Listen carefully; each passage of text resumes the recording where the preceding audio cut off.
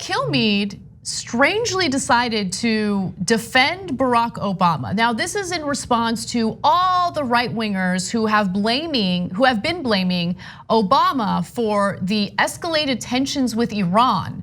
When in reality, as we know, Donald Trump started escalating tensions with Iran the moment he pulled out of the Iran nuclear deal, started implementing these crippling economic sanctions on Iran, and then he later assassinated Iran's top military general. But here's Brian Kilmeade speaking out against all the right-wingers who are trying to deflect and place the blame on Obama as opposed to Trump. I just don't love bringing up the previous administration, just like I didn't like when President Obama kept bringing up President Bush. Yeah, but it's true. But how do you know? What I'm trying to say is, with President Bush, you heard that statement all along from President Obama. Oh, it was a dumb war, as people are missing limbs and no longer can see, or missing legs, and they hear it's a dumb war they lost their limbs in. Brian, they just got $150 billion. Well, that's fine. Everybody knows that policy, but you got to bring people together as the president and just continue to take shots at President Obama. Because I think 3.5 years later, it doesn't make any sense. Now understand that Brian Kilmeade was supportive of Trump's actions.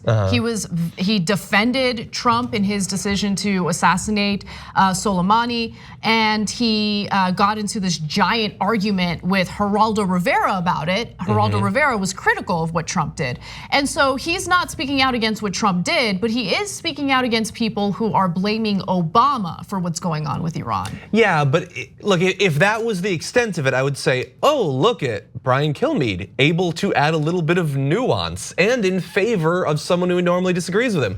But everything else he added onto it made me think, oh no, I don't actually like this at all. I agree, yeah. I mean, look, he came out looking better than Ducey. That's a high bar for you right there. But no, he said, let's not bring up past administrations in some sort of weird general DC, let's all be polite and always looking forward, no analysis of what actually has been done.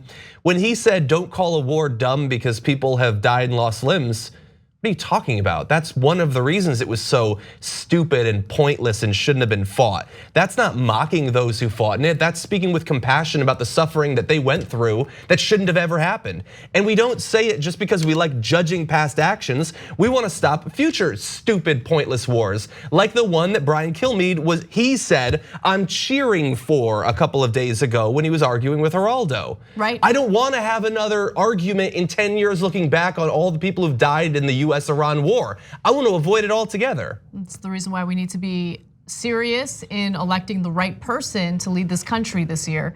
Now, with that said, I do want to go a little back in time. These are clips from the past week where right-wingers on Fox, on Kilmeade's very network, decided to place the blame on Obama. Let's start off with Pete Hegseth. Listen, this moment right now is on Barack Obama, not Donald Trump. When Barack Obama retreated in Iraq and created a vacuum, he unleashed two radical forces. First, ISIS, which President Trump had to come in and eradicate, but he also opened the door for Iran's influence to totally take over Iraq, to the point where now the legislature in Iraq is effectively controlled by Iran. If we couldn't solve the problem in Iraq with 150,000 troops and the right strategy, we're not going to do it now with 5,000. So whether we leave Iraq or not should be done on our terms and based on how we stare down Iran and their ability to get a nuclear bomb. Iraq called on the United States and Iran to help them defeat ISIS in their country. That's the reason why the United States sent troops back to Iraq. That's the reason why Iran sent its forces to Iraq in order to help defeat ISIS. And they actually did a pretty good job in that. And so now, following Donald Trump's actions in doing a drone strike in Iraq, the parliament in the country decided to take a vote and they want US troops out.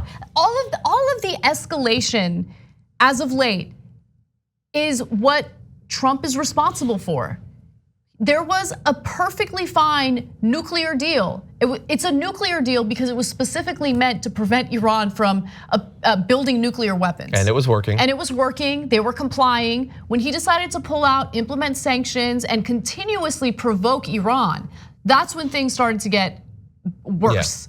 So no, this isn't about Obama. It's been 3.5 years. What do you mean? Yeah, no, it's not Obama. I blame Calvin Coolidge. No, I don't know. We can just keep going back. Always, you know what? It was George W. Bush. You know, because if he hadn't started this war, then we wouldn't be there. No, it was Clinton, because if he'd taken out Saddam the first time, then Bush wouldn't have had to go. You can just always keep passing the buck to the past. It doesn't mean anything.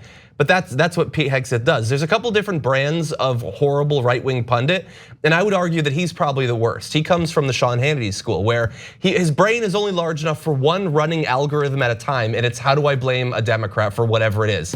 Even if it's a direct predicted result of a Republican action, he's gonna find a way. He'll say it was a Democrat's fault, he'll throw a couple of buzzwords out there, and that's it. And so it's no wonder that he's doing well on Fox News. That's all they need to do. That's right. And there was one other person on Fox News who wanted to blame Obama. That was Laura Ingraham. Whereas Bush was too idealistic about what was possible in Iraq, and whereas Obama was too defeatist about Iran, Trump's a realist. He's a pragmatist. So by the way, she was an outspoken advocate for the war in Iraq. 100%. Just don't ever forget that she was cheerleading for the war in Iraq. She wants to pretend that that's not the case. And by the way, she also just coincidentally wants war with Iran, but it'll be totally different. It'll be way better this time. She's a realist after all. It's insane. By the way, Vicky, one of our members, wrote in and said, John's got his energy back, with lots of exclamation marks. I think I'm at the exact perfect point of all the medications have lined up, but I am still on a lot of medication. And I also want to announce that he's starting to get me sick, so I'm really looking forward to this weekend. You can't prove that. It's possible. I think Barack Obama got you sick, actually. It was, you know what? Good point, good point. Become a member, go to tyt.com/join. Members help to make this show happen. You keep us sustainable, which is why I want to include your comments in the context of the stories that we do. Thanks for watching The Young Turks, really appreciate it. Another way to show support is through YouTube memberships. You'll get to interact with us more. There's live chat emojis, badges. You've got emojis of me, Anna, John, Jayar. So those are super fun. But you also get playback of our exclusive member-only shows and specials right after they air.